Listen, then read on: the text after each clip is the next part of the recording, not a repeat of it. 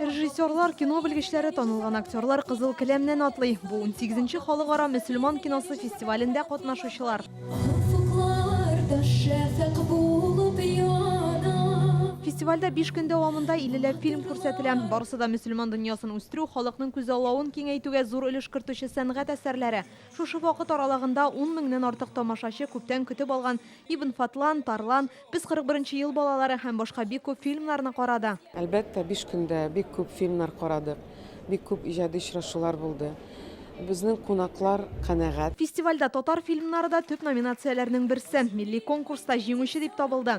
Танылган язучы Мөхәммәд Мәһдиев повесте буенча төшерелгән Без 41 ел балалары фильмы режиссеры Әмир Гали Әскәров миллилекне, татарлыкны саклап калуда әлеге киноларның роле зур ди. Это важно, чтобы современное поколение. Беренчедән без танылган авторларыбызның иҗатын онытырга ирек бирмибез. Икенчедән яшь буынны кинофильмнар аша әдәбиятка якынайтабыз.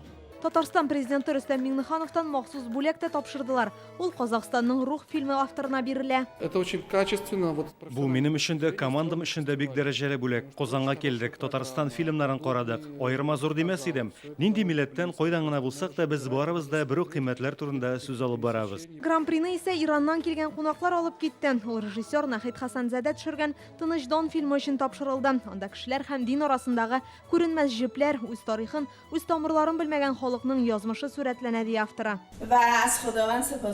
Мин әлеге сәхнәдә басып торуым өчен рәхмәт әйтәм. Кешеләр язмышын, дини тормышыбызны фильм аша күрсәтә алуыбызга шатмын.